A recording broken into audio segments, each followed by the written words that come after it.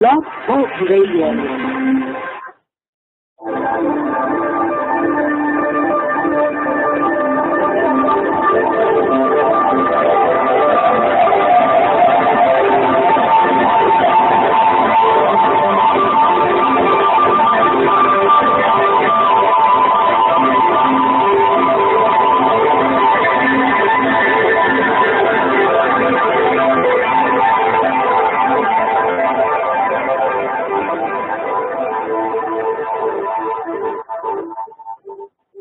Greetings, everyone. This is the Sound Health Option Show for March 2nd with Richard Olson and Sherry Edwards. Good morning, Sherry. Good morning. I want to tell people who have come in late that we were listening to some wonderful music being played by Tommy Priakas, and it is distress music in honor of our guest today, who will be meeting in a few minutes. But thank you, Tommy. That was wonderful. I am just so mellow, even in the midst of this ice storm that we're having here. I should say good morning to you, Richard. Don't you wish you had some ice storms out there and had some rain? Yeah. It just sounds like something out of an alien space movie to me. I'm sorry. I'm from California. I don't know from ice storms. It sounds like, oh, wow! If I was suddenly teleported there and was outside an ice storm, I'd think I was on another planet. So You've had 2 years of drought, too. Yeah. We're still short. We just had some more rain, but we're in, drought conditions this year again. I'm going to use my mind and back this storm up and dump it right on you. Okay, I'm on Montana, moving it on over. Okay, expected shortly. We should get serious and let people know that we are simultaneously broadcasting. Thank you, George, for posting all that technical information in the chat. We are on Blog Talk Radio and also WebEx for people who want to watch what we're doing. And we'll be doing things like looking at our guest's website and some of her books and book reviews on Amazon that I have pulled up. So we're coming to you from the studios of Sound Health and the Institute of Bioacoustic Biology in Southern Ohio.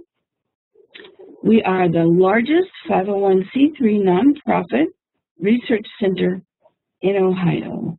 What we do we just stick a microphone in front of your face and take your vocal print and look at that in terms of the data that we've already gathered, and we're able to look at what's going on in your body and give you information to help you obtain optimal health from an innate perspective. I was trying to think of a good case that we just did that with, we just had one about this mitochondrial disease that is on TV right now, and they don't really know how to fix it. They can kind of contain it. So we went in and decoded the mitochondrial DNA and the proteins that go along with it. So we're going to be doing some research on that. We want you to be able to share with us your ideas, but also what we find in the research labs that we do here. So the studies that we're doing right now are on PTSD, and we've already done a 2-day workshop on that, just radiation exposure, and we had hoped that everyone in California and Washington and the west border would show up. But I think we had about 100 or so people in that. Maybe we'll spread the word more. So we're going to be asking you to call in for questions. If you have any for our guests, 347-850-1407. And I think after you hear her speak, you'll have lots of questions. One of the things that has happened with this campaign that we're doing in bringing these public classes, and this really is a wonderful 2-day, totally free class on radiation exposure, and we also gave people the software and the textbooks and everything else in hopes of being able to identify pockets of radiation exposure. If we have 2 or 3 people in each community and they all show up with strontium, we know there's a concentration there, maybe even before the trauma in the voice in case there is exposure to something like that. The next one's going to be on pre-vaccination risk factors, and that'll be in March. But, you know, one of the problems with this, as people begin to learn about it and talk about it, for every person that we can train to teach these classes in the community, we have about 100 people who need to be seen, who are so sick and so ill. And we also get a lot of referrals from doctors to help them figure out what is going on. And in this radiation exposure, we're seeing a lot of cell communication. That's the problem.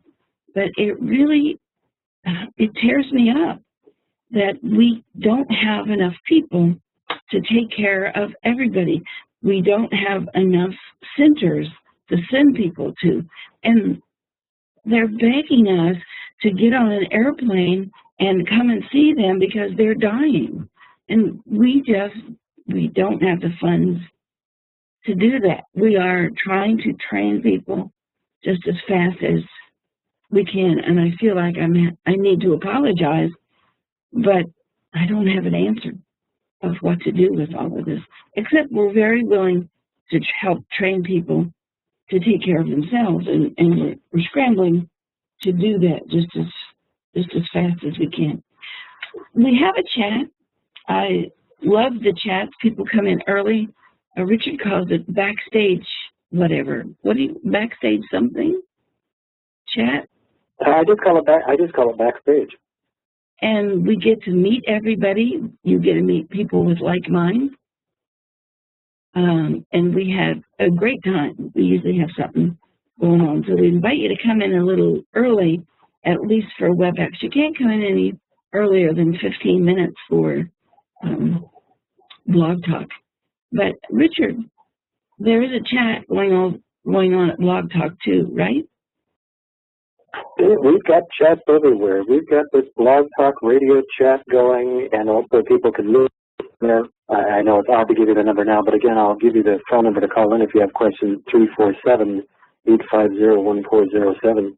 We have chat there. We have the WebEx feed, which you can find by going to soundhealthoptions.com. You click on the radio tab and then choose Blog Talk Radio, and you can get to the video feed where you can see charts that Sherry's showing us, or our guest's website or book or covers. We've got technology pretty wired up. Oh, and for those of you who want to listen to the archives, it's the homepage, the orange homepage button, and you go down to the very bottom, and on the left-hand side, Blog Talk Radio, and you can listen to the last 5 shows. And we just put something out there, too, about Chris Christie. We did an evaluation of his voice, and we've been contacted about doing Dr. Oz's voice, about his change on GMO and some other things. That's going to be kind of nice. We'll post in. New articles we put up there. The video that we're going to be in, The Business of Disease, it's coming out, we hope, shortly. They keep adding things to it, but we did have Sonia on the show. But everything important that happens, we kind of try to stick on that front page. So if you want to be part of our mailing list, there's information there too. So I was just trying to remember everything that's here. We try to chock this full of information. If you don't see what you need there, just get in touch. It's just my name, Sherry Edwards, SHARRY Edwards, at Gmail. One last bit, I have the keynote for February 24th. I sent this to you last night, Richard. Did you check it out? I did. For people who don't know about the keynote, I just think the keynote it's always so on, meaning it always so applies. And the keynote is actually a note that Sherry's software reads. It's emanated from the cosmos. And it's also monitored by other agencies besides the NSA. I know they monitor that, but they wouldn't even know what to do with the keynote. But a lot of, actual NASA agencies also monitor this. They don't call it the keynote. I'm just making up something else. But it's an energy that is emanated that produces this note that, you know, changes about every 4 or 5 days. But it's always just amazing how it's, even though I know what it is and I'm aware of it, it's always so amazing how it just fits right in. So yes, please, the keynote. Okay, March 4th, 2014. So we always do this a little bit ahead because it arranges in about a 6-day span. And so I'm calling this one From Energy to Reproduction.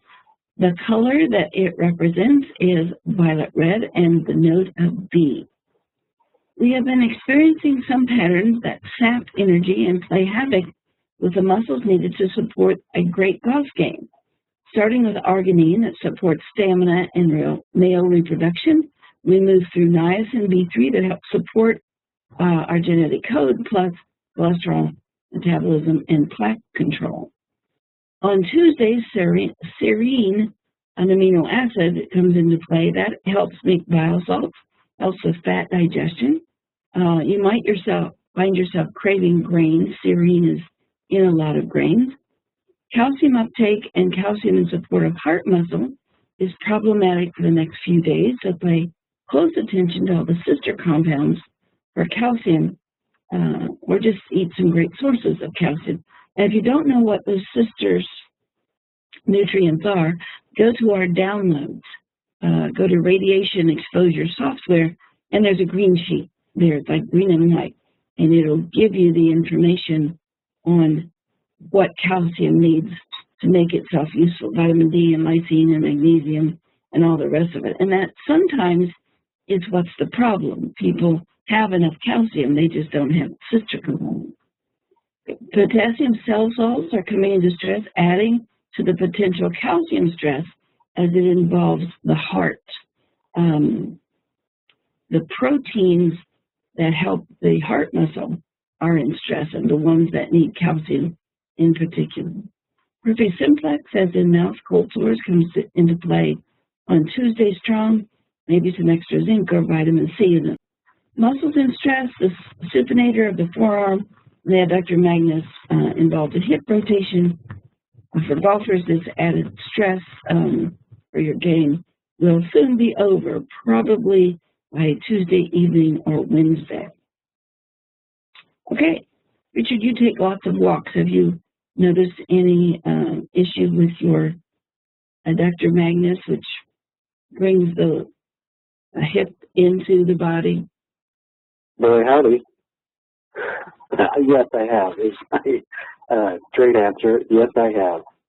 I went for a walk yesterday in between the rain here in Northern California, and I had to come home and put ice on my hip, which is unusual. I mean, I have kind of a hip thing anyway, and it actually did. I noticed it was getting worse. So when I saw the keynote last night, I was like, oh, man, yeah, that keynote got me again. So yes, I have. It's not really your stuff. It's just universal stuff, like the energy that for sunspots and controls the tides. And, you know, a lot of people relate this back to astrology. What those folks knew, or the ancients knew, I think we're just now catching up to them with our computers. They have a lot more patience than I do, at least, to put all that stuff together. Well, we need to get on to our great guest. Richard, would you introduce? I certainly will. Kathy Gruver is an award-winning author and the host of a TV show based on her first book, The Alternative Medicine Cabinet.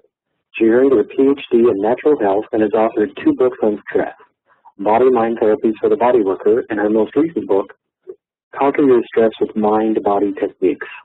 Kathy has studied mind-body medicine at the famed Benson Henry Institute for Mind-Body Medicine at Harvard Medical School and pursued further education at the National Institute of Health. She's been featured as an expert in numerous publications. I won't list them because if I list them all, we won't have time to talk to Kathy. I mean, it's really amazing. Dr. Gruver has appeared as a guest expert on over 200 radio and TV shows, including NPR, Sky News London, CBS Radio, and Lifetime Television. When does she have time? No wonder you're an expert at stress reduction, Dr. Gruver, because, wow, welcome. Thanks for having me. I appreciate it. It's amazing. I mean, I guess I have to ask right out of the gate. Although you seem I'm trying to find a softer word than overachiever. You seem driven. So I kind of can understand why you would be so interested in stress reduction. I hate to leap into that in that way, but I don't know a better way to say it. Yeah, I'm a little bit type A. Yeah, I'm an only child, very competitive. My dad wanted a son and he got me, and I'm a triple Capricorn, and I'm just very competitive. So all that stuff, and it's so funny because I've had so many radio shows recently where they say, we have to stop reading her bio or there's no time to talk to her. So it's very funny that you did that. Yeah, I love sharing the knowledge that I have. And to me, it's pointless if I go learn all this stuff and then don't tell people about it. Because there's so many usable techniques that people can use in their own homes. It's free, there's no side effects, to help themselves with their stress and their health. And I want to tell everybody about it. So that's why I do all this. Well, and how did you get into, and what was your direction that you went? Was there a trivia event or something that got you into the alternative lifestyle? I mean, were your parents hippies? I mean that in a kind way. Right. I can use that kindly. Right. No, actually completely the opposite. I had very middle of the road. I grew up in Pittsburgh where there was not, especially in the 70s and 80s, not a lot of alternative medicine. I was actually an actor. So this is the other reason I like to do all the radio and TV. I always had this penchant for it. I would sit behind my dad on long car trips and rub his neck so he didn't get a headache. So it was the first time I put my hands on someone and thought, hey, I think I'm kind of good at this. My mom got sick when I was young. She died when I was 18. And a lot of people try to connect that of, oh, well, your mom had cancer. This is why you do what you do. And I'm sure it was a contributing factor, but it was not that very specific connection that I've seen in some people of, they hurt their leg, they go to a physical therapist, they cure them, they hire a physical therapist. But all of this, my entire life came together in a way of being exposed to different experts and different people who taught me about healing and mind, body, and massage. And I was smart enough to take all the information that I gleaned from them and turn it into a career. So it's just sort of developed over the years, going from, starting a massage practice to more degrees, to writing the book, to doing a TV show, to where I am now, and I don't know where it's going to go. The world twists and turns. It's kind of cool. Well, do you define stress as, I'll just say it plainly, as a noun or a verb, or is it both? Is this just a label for people? Or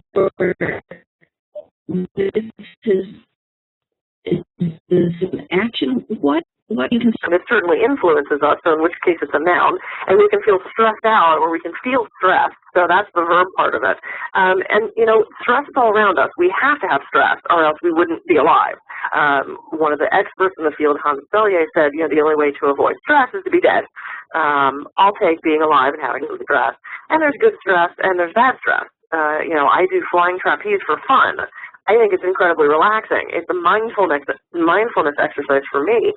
So what I find completely not stressful, other people would be like, I'm not standing up there 30 feet in the air and, swinging out, spinning, and getting caught by this guy. That would be stressful to them.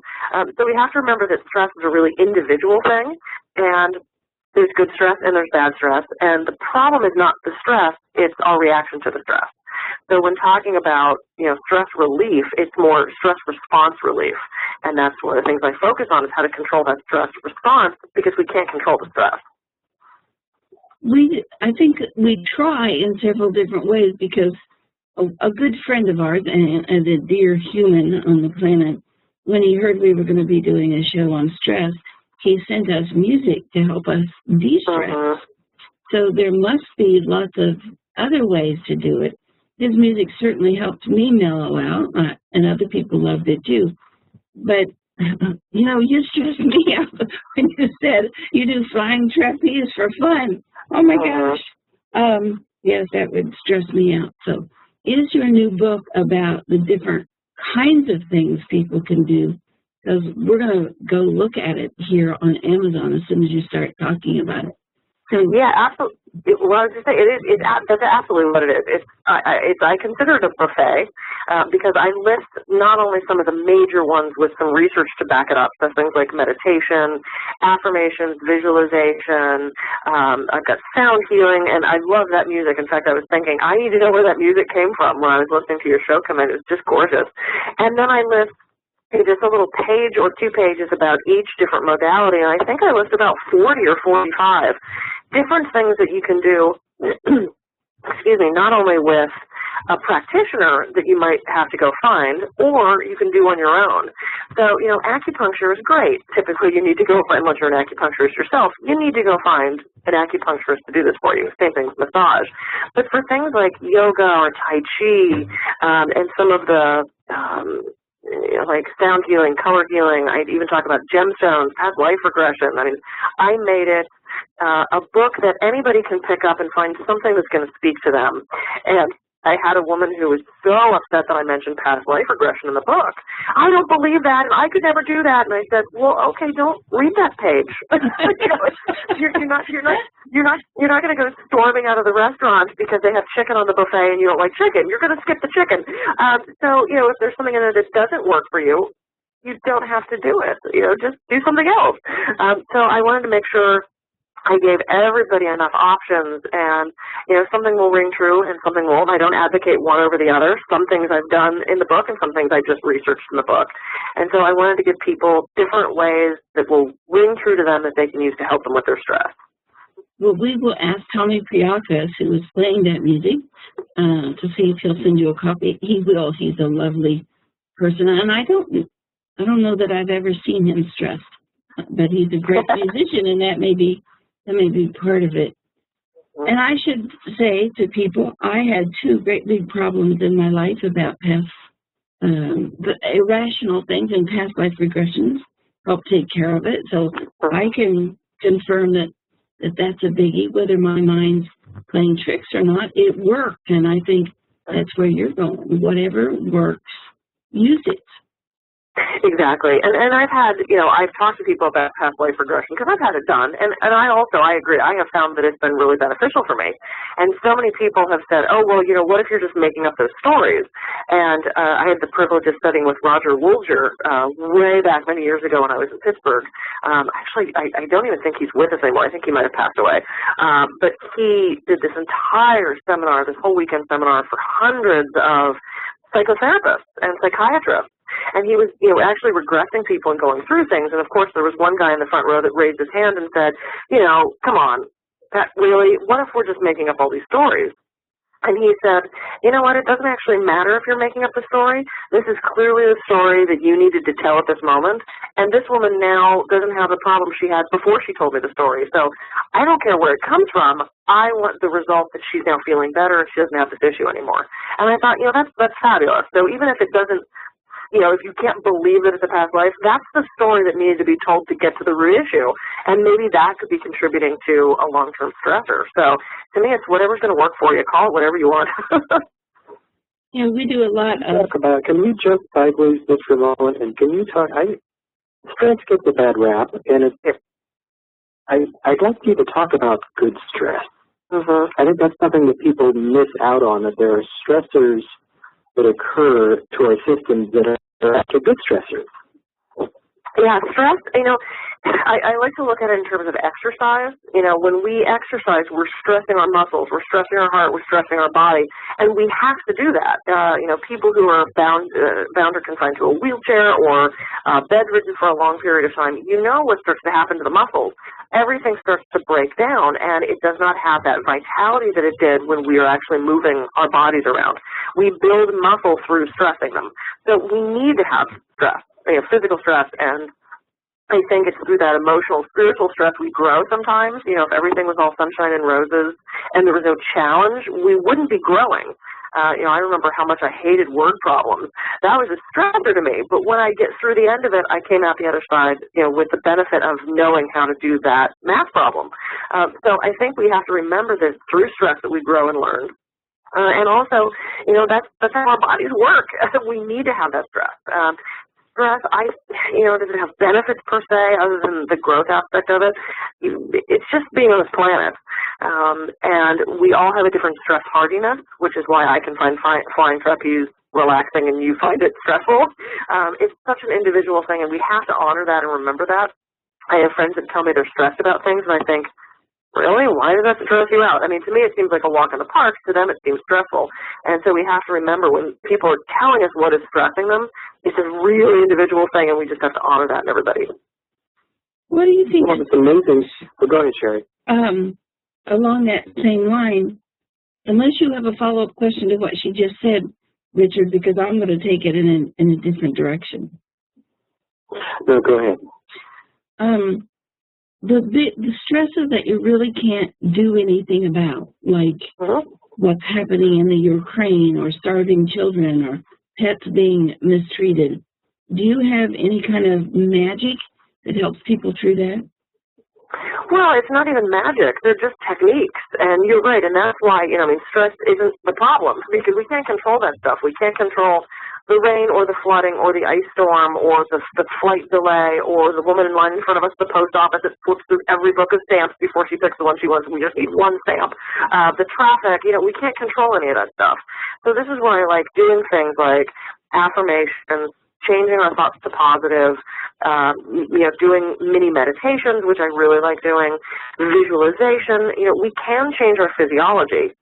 And some people believe if you watch things like The Secret and What the Bleep Do We Know, and they believe we can change the world, or at the very least get a good parking spot. So, changing things in our own minds to positive is going to have a benefit. It's going to decrease the physiological response that stressor has on us. And we're more pleasant to deal with. We're in a better cognitive space to take action. I do a mini meditation before I get on stage to speak, before I do a radio show, before I sit down to write. I do them very frequently because it gets your brain ready for higher functioning. So I'm going to have more eloquent and thought-provoking answers than if I just jumped out of bed and said, oh, I'm getting on the radio now. So it's a preparatory thing. And I think there's absolutely things we can do that affect ourselves so that the stress doesn't get quite as much of a grip. I'm going to make one comment. I want to make one comment. Mini meditation. Oh, go ahead. I want to make one comment, and then I'll turn it back over to Richard. And I'm sorry I'm interrupting, but I think this would help.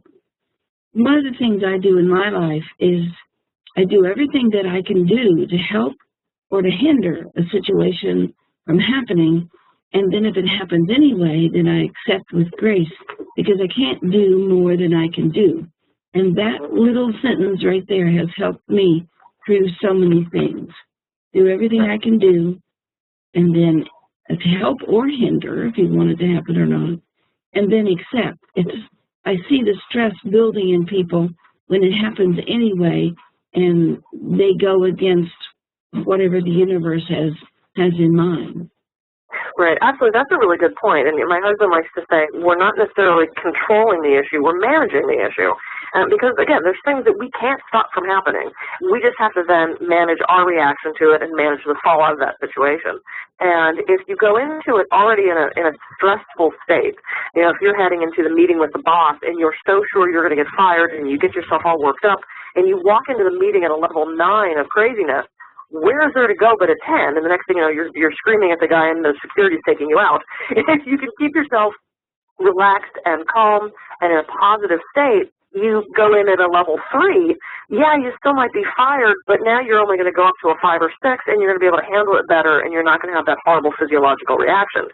At that point, you haven't stopped the negative thing, but you have gone into it with a different amount of grace and a different mindset and a different way of handling that stress. And that's one of the keys, as far as I can see. And can you talk a bit more about your mini meditation? I know in a bunch of circles, and I know a number of people have used the term meditation, their eyes roll up in their head, and they look at you like, oh, you're nuts, I don't have time for that. Right. You're talking about really mini. Yeah, and I was actually one of those people because you can imagine if, what I find relaxing is hip-hop dancing and trapeze, I'm not sitting on a pillow and stilling my brain and quieting my body.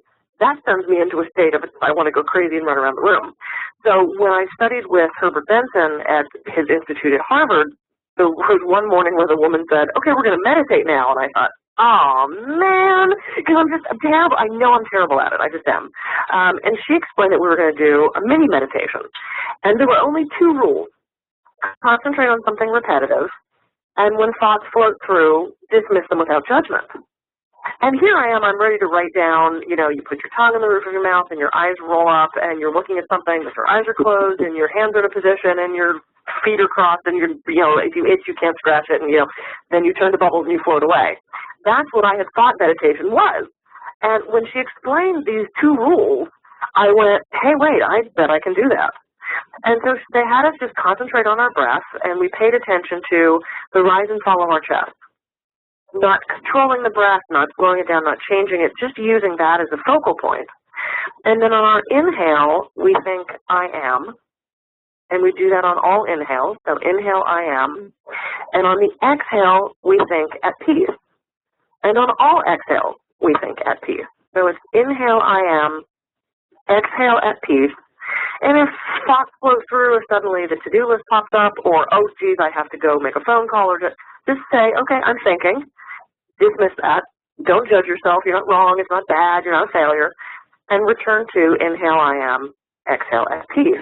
And we did this for 5 minutes, and we had our eyes closed. There's about 120, 150 physicians sitting in this huge conference room.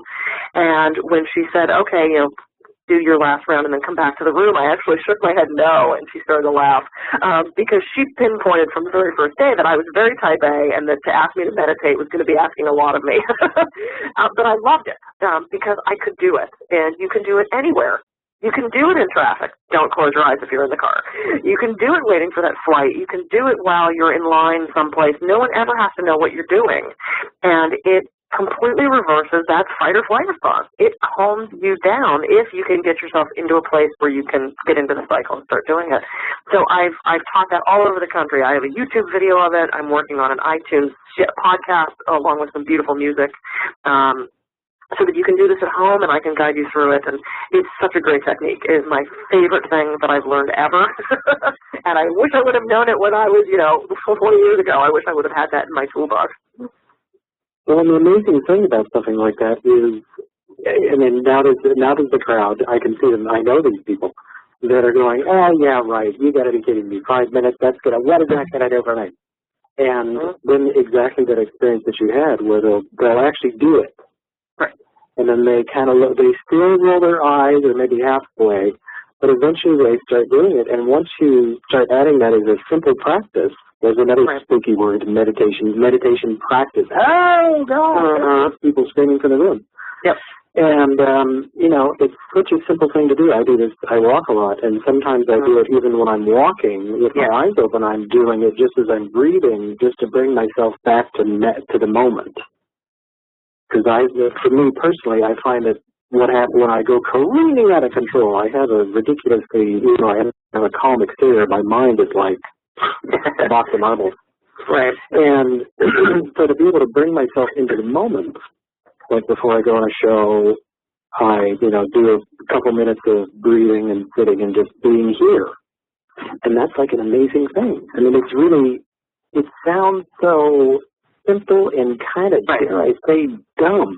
But it really works, man. I mean, it's a wonderful thing. It's a wonderful thing. It does, and it's almost, it's one fault is almost its simplicity. Because I've had people say to me, just like you just brought up, oh, well, if that's easy, I mean, if it's that easy, why isn't everybody doing it? Or if it's that simple, why doesn't my doctor tell me to do that? I get things like that all the time. And, to say, what will 5 minutes do? Well, look how quickly we can go into a stress response when we get cut off on the freeway. Or look how quickly we can go into a stress response when the guy in front of us sits at the green light, sits at the green light, sits at the green light, goes when it's yellow, and we're stuck on the red. I mean, we can go from 0 to 10 pretty fast in a really stupid situation. So we can then calm it down just as quickly and easily. We can go to anger very quickly, or frustration, or stress. We're not trained to go to relaxation that same way, and that's what the minis do, is they bring us out of that stress response. They bring us back to the present moment, and frankly, that's the key right there, is staying in the present moment, because where is the stress? It's either behind something that's reliving, or it's projecting into the future of, oh, geez, I've got this meeting with the boss tomorrow. What does he want from me? Right now, at this very moment, there is the stress. Unless you're sitting in a tax audit or you're literally under the knife in surgery, there's not a whole heck of a lot of stress right at this moment. And so the more we can focus on this present moment as I'm looking at my beautiful cat staring at me and concentrating on how beautiful he looks and his fur is soft and his eyes are green, and, you know, it pulls me back into the present, and nothing else in the future or the past matters at that point. And that's what mindfulness is about, staying in the present moment and letting everything else just go away for a while. Well, I've been talking, you brought up pets, but I have to. You know, that's the thing about dogs and cats. When you hang out with, I was going to ask you about pets as a stress-reducing device, but it makes me have to say that ahead. I mean, if you look at that cat's face, he's not sitting there thinking, wow, I'm really in a bad mood because I didn't catch that mouse this morning. Rah, rah, rah. You know, I mean, he's like there. Yep. He's looking at you. They have a lot of complicated thoughts. I know how people have attitudes about cats, and it's kind of true. They don't have a lot of complicated thoughts. They're not thinking about where they're going to be in 2 hours. Right. They're really kind of there looking at you, and they're purring, you know, and they're in the moment. I mean, that's the wonderful thing. And I've seen in healthcare facilities where they bring animals in for people. And it's an amazing, I know somebody in Northern California, I have to talk about it because it blows my mind when I think about it. They had raised a camel. A camel, yeah, no, I'm not kidding. I know these people. They had raised, actually it was a dromedary. But a camel just sounds much nicer. A dromedary, since it was a pup. And they would take her into healthcare facilities to visit people. They had been with her entire life. And they took her into healthcare facilities, and I used to hang out with her.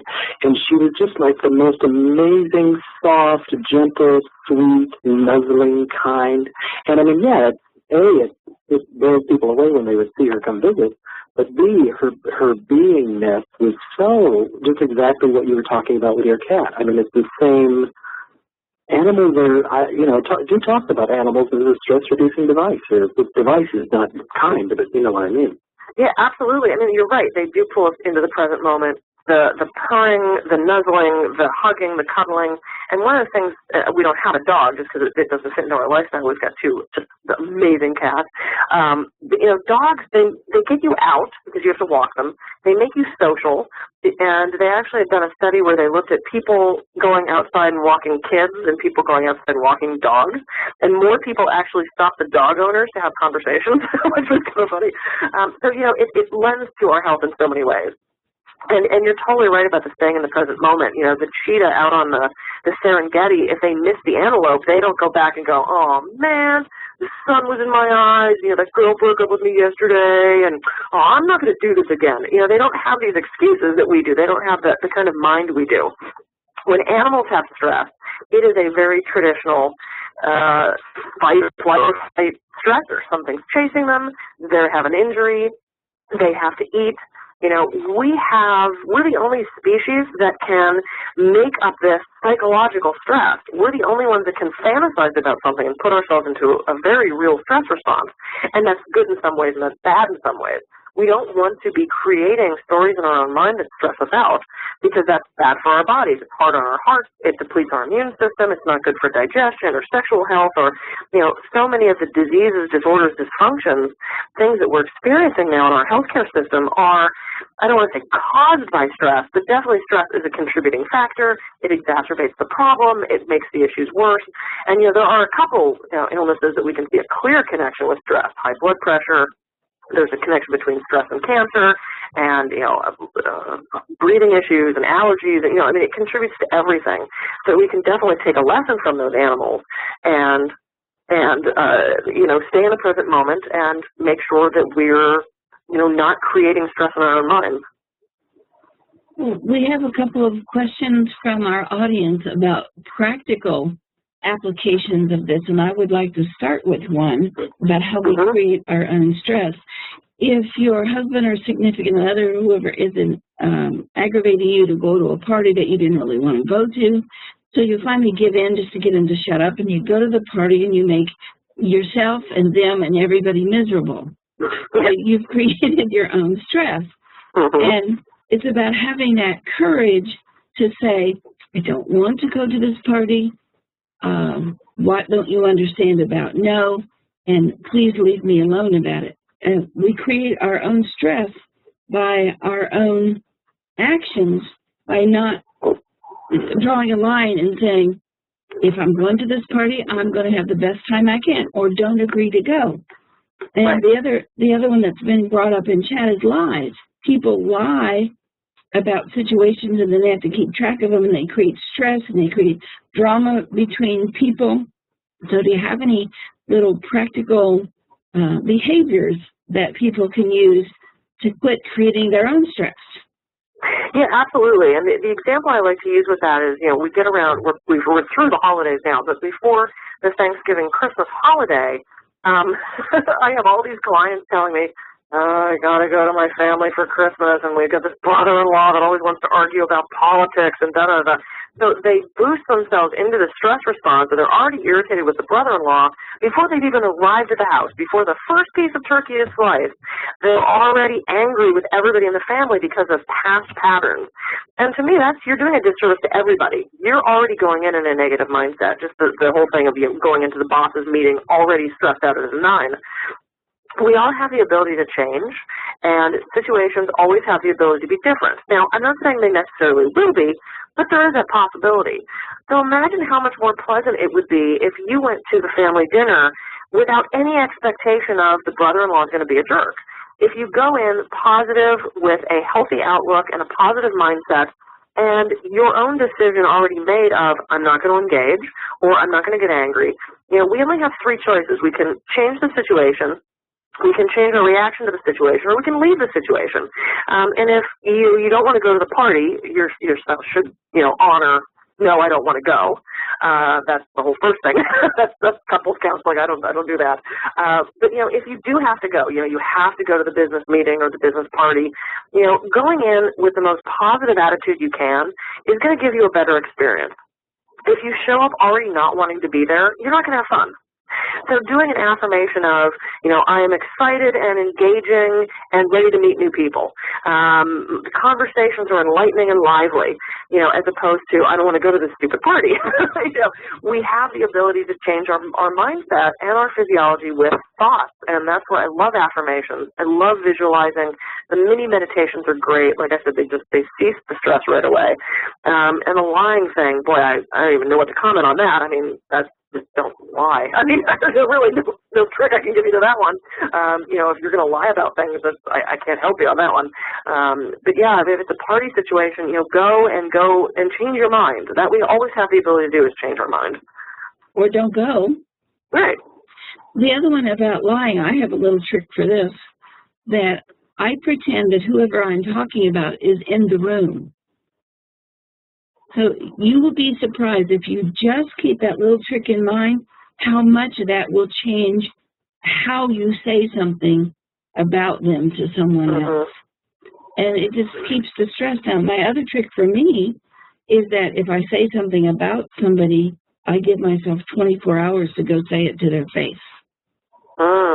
And that just keeps me out of stress.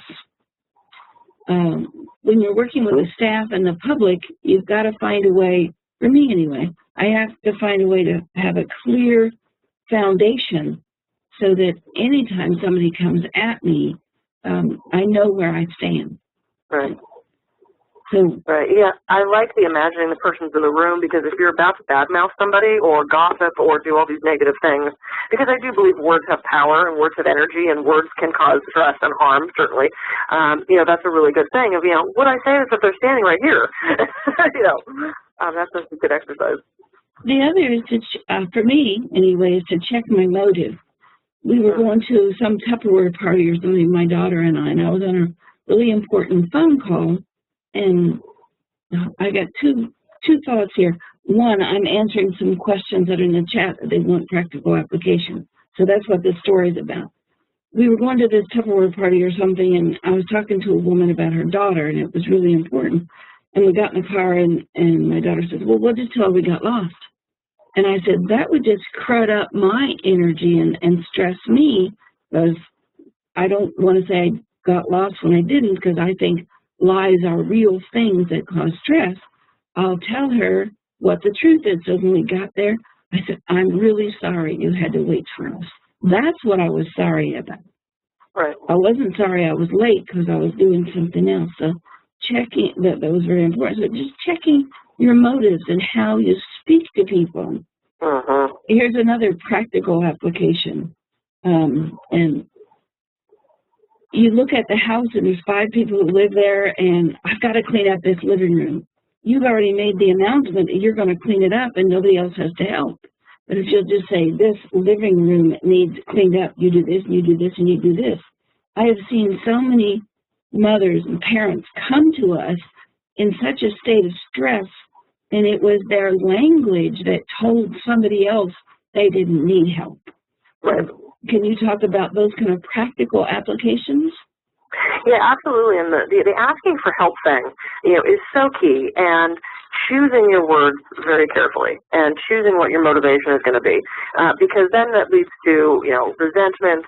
There are people that do the passive-aggressive thing where they say, okay, I'm going to clean now, and they expect everyone to rush forward and go, oh, how can I help? And they might want to help, but they need direction from that. I'm going to clean the living room now. I could really use some help. What can you guys do? Or delegating. That's a personality type thing. Some people are really good at delegating, and some people prefer to kind of offhandedly make a comment and hope everybody joins in. And then when they don't, they resent it and they get mad. That's a more communication issue than a stress issue. But if your communication is poor and you're not getting your needs met, you're going to have stress, and it's going to come out in very negative ways on those people that you're having that relationship with. So it's just a matter of, again, thinking about your motivation, like you said, and choosing words and asking for help. Because oftentimes if you don't, that's going to lead to, secondary gain of maybe very unconsciously staying sick or staying stressed, because maybe that's the only way you get help. I have a client who had a very bad back. She had a workplace accident, so she had a very legitimate accident, but occasionally her back would, quote, go out, and she would have to spend 4 or 5 days on the couch.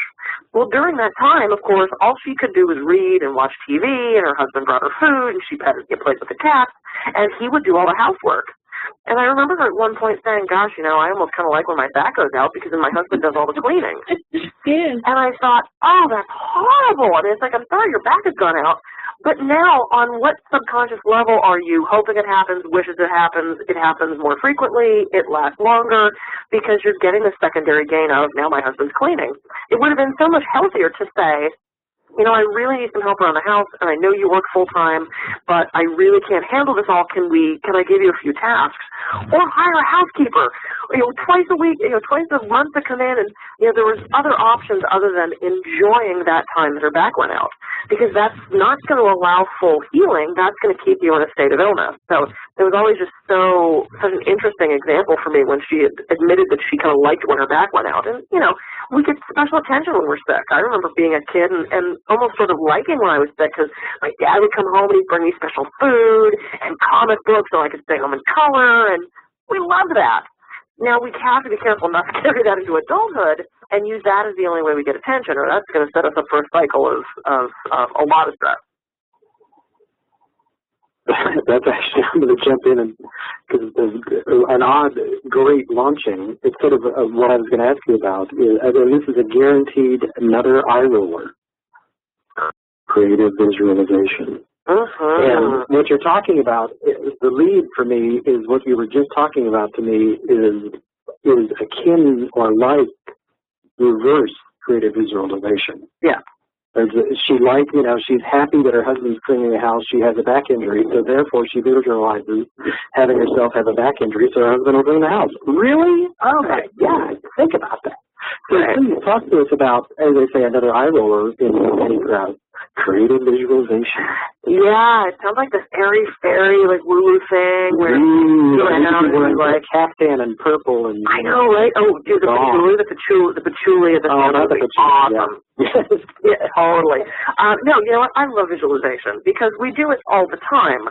We daydream. We let our minds wander. And I think we've all had the experience where we suddenly kind of wake up on the freeway and go, oh crap, did I pass my exit? Did I not get that? Where am I?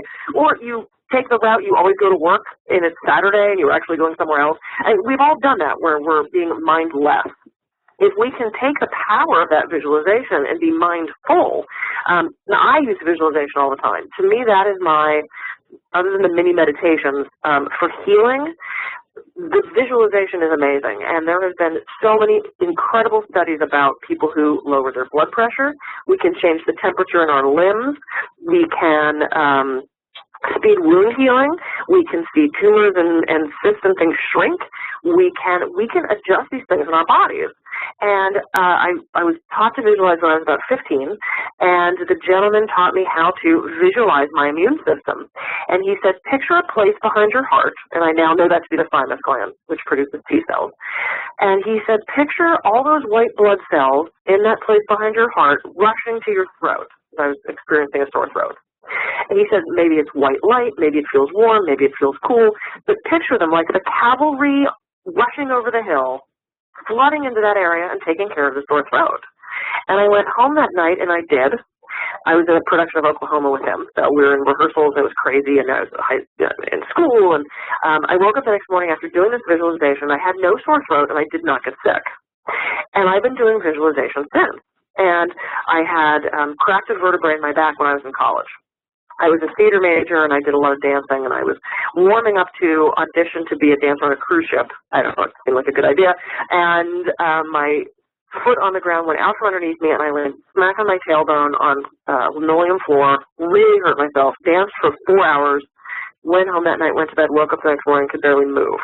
And it turned out I had cracked a vertebrae. They wanted to put me in a back brace. I said, oh, no, this is not happening. And so I went home and I thought, wow, this visualization thing. Well, visualizing the immune system isn't going to work because that's not really the problem. But I wonder what image I could have. And so I came up with this image of this little construction worker. He looks kind of like the Super Mario Brothers guy. He's got a tool chest and a little tool belt and little boots and a hat. And I pictured him walking up to the vertebrae and looking at it and taking his caulking gun or his cement and his little trowel and filling in the vertebrae where it was cracked. And I pictured this every night for the 2 weeks leading up to my next test. And lo and behold, they did a bone scan and they compared it to the x-ray and the crack was gone. The doctor was flabbergasted. He had no idea what to do. My dad's down in the corner kind of going, what? With his head tilted to one side like, you know, when a dog hears a high-pitched sound. And that's the face my dad had on. And I went, okay, thank you. And we left the doctor's office. And that was such an indication to me of how powerful our mind can be. And if we can find a way to use that visualization, and I've used it since. I've used it for illnesses. I had a trapeze accident where I had to heal a toe. And I heal incredibly quickly because I utilize not only antibiotics and massage and homeopathics and acupuncture, and I do the physical stuff as well. I'm not saying we should issue that for just sitting around and daydreaming. But if we can use that visualization and it helps even 10%, why not tap into that? And so I teach people to visualize all the time. If you can't see actual pictures, because some people just can't visualize, it's not the way they're wired, listening to a guided visualization or a guided meditation and hearing the words is going to help as well. And I'm not telling you these stories so you think, oh, Kathy's cool, she can heal herself. I'm telling you this because we're all cool and we can all help heal ourselves. And we have this incredible untapped power that I urge everybody to explore because, again, no side effects and it's free. The worst is you're going to be more relaxed, and even that is a benefit. So I love visualization, my favorite thing.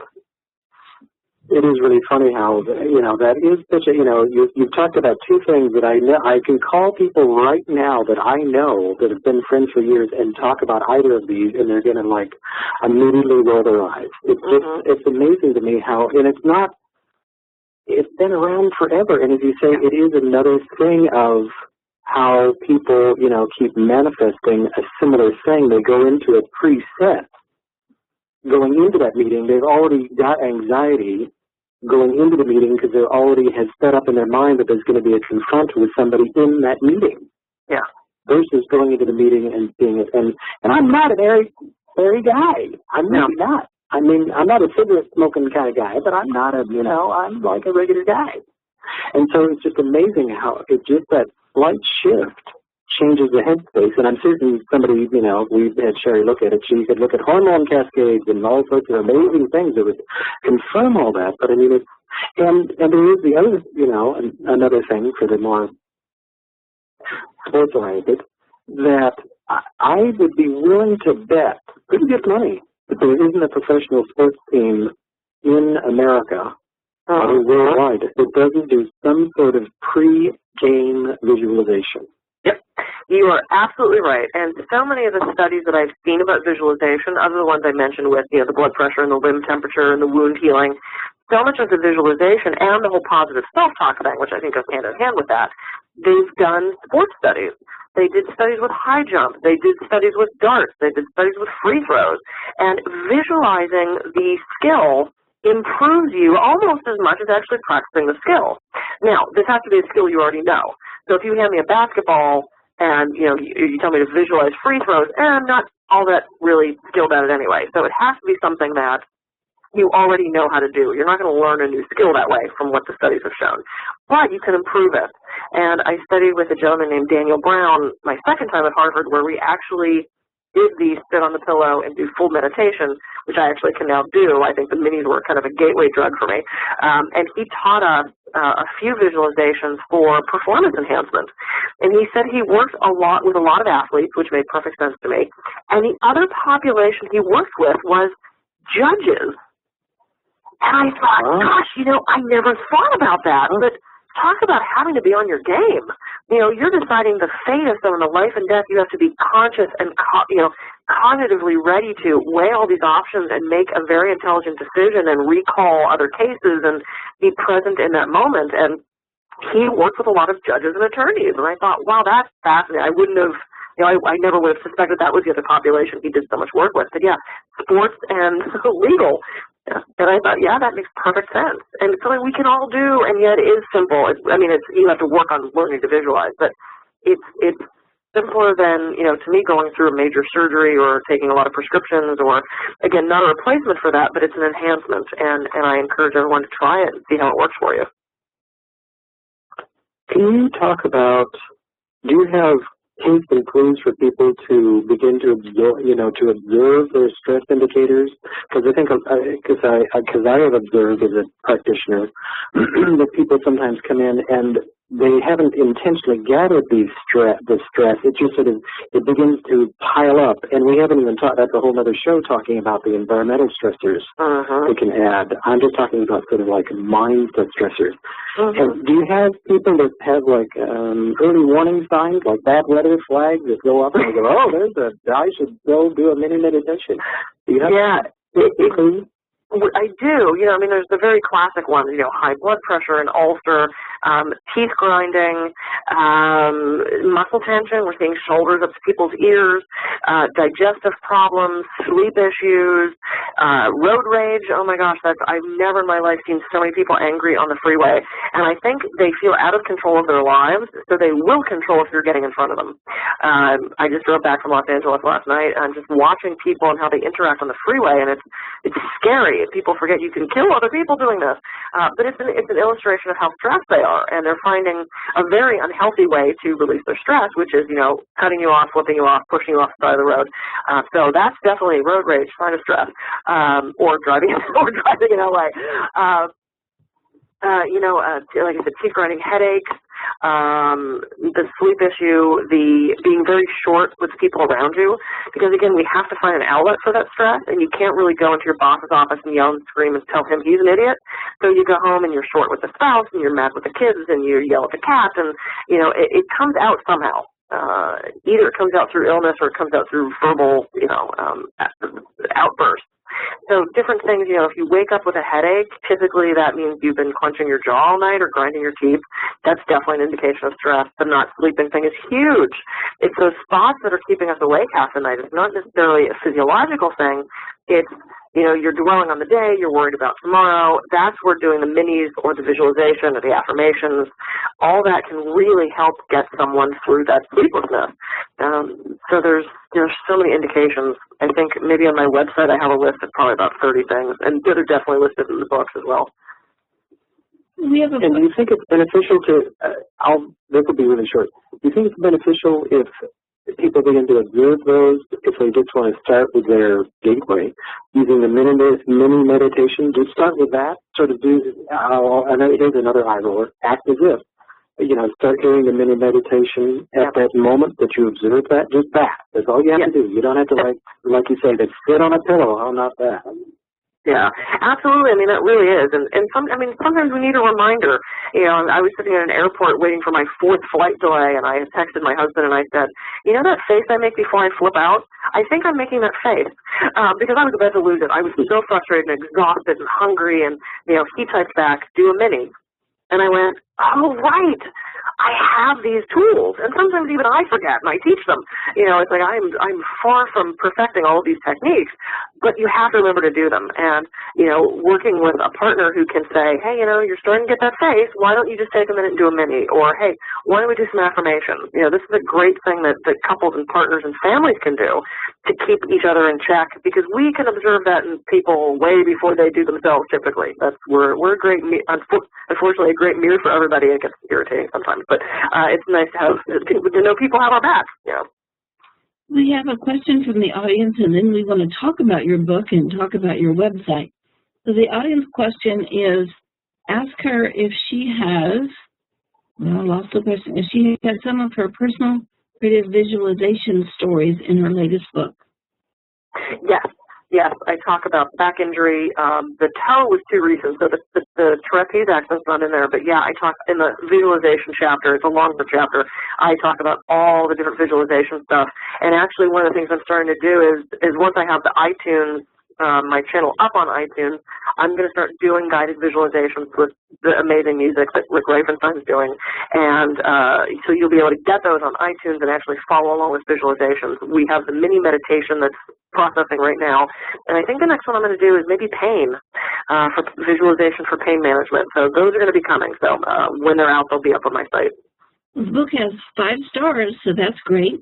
But we'd also like to know about how people can get in touch and about your website. So we've got a few minutes left. Oh, yeah, absolutely. The website is thealternativemedicinecabinet.com. You can sign up for my newsletter, which I'm just about to do another one. It'll be out in the next week. I do maybe one every 2 months so I don't bug you. And then there's a lot of free resources, a lot of links to past radio shows, articles, and TV stuff that I've done. So it's a bevy of resources there. So much information. You can get all of my books there.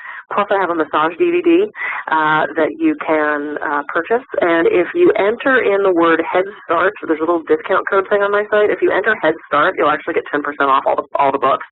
So that's a nice little perk too. And thealternativemedicinecabinet.com. You can find out where I'm going to be speaking. And if you have a place you'd like me to come speak, let me know. I'll come out to you. Do you have a private practice? Do you consult with people? I do. I have to use my radio voice. Do you consult with people? I do consult with people, yes. I have a private practice in Santa Barbara. So I still do, the majority of my practice is massage still. But of course that transitions as we're in the middle of the massage to talk about stress and talk about nutrition and lots of things. I also do health consulting, so I can sit down with someone either in person or on Skype or the phone and actually go through, the whole health history, talking about stress and mind body. And, I try to customize everything to what the person really, really needs. That's what I love about natural health as opposed to, the cookie cutter Western medicine is, you get as much time with me as you need within reason. And, we'll get to the root of the problem and do what we can to fix it. I like that. You're so Capricornian. I mean that as a kindness. No, I know. Yeah, I know. It's the way you just close with the end, we fix it. Oh, now, my question. Yes, of course. The end. Yeah, no, it's like, and I do medical and therapeutic massage, and people come to me, they leave their office and they come to me and they say, yeah, my coworkers are so jealous I'm getting a massage, and I tell them, clearly you haven't met Kathy. Because, I say this all the time, I don't mess around. This is not fluffy foo-foo. This is, I get to the root of the problem, and I want to fix it. I'm very outcome-based, which is very Capricorn. So, yeah, I don't mess around. I want problems to be solved. It's the best that I can help. Wonderful. Well, I see that we're just a few minutes over. Fortunately, on this network, we get to go a few minutes over. But I want to thank you ever so much. It was, a great dance. I'm glad we got to talk about two of my favorite things that I will make friends of mine listen to the show, because I know their eyes will roll when we talk about meditation and sitting on the pillow and creative visualization and all those things. They're all like, I hate that. And they just need to get that it's not, it doesn't need all of it, exactly what you talked about. It doesn't need to have all the, peacock feathers and the gonging, and that's all cool. I'm not opposed to peacock feathers and gonging. However, you can just do a meditation. You can be wearing a suit and do a meditation. It doesn't have to be a thing. Yeah. So I love that. I love that you're putting that out there in the world. That's really wonderful. Good. So this has been really fun. Good. Well, thanks for having me. I appreciate it. I think she would make a great regular. There are so many other questions that we haven't answered, so we'll be asking you to come back. That sounds great. Absolutely. All right. Thank you, Sherry. Thank you so much, Kathy. And everybody have a most excellent weekend. And Sherry, we'll visualize the ice storm turning into perhaps the rain. How about that? We don't need rain either. Let's just visualize it going over to your house. Visualize the rain coming here to California. That would be really good. You can send it on over. I'm completely coming here. That would be wonderful. The road below us is closed. You can't even get through because of all the water. Wow. All right. On that note, I visualize spring around the corner. Thank you, everybody. Have a great weekend. Thanks so much again, Kathy. You are so welcome. Have a great one. Bye.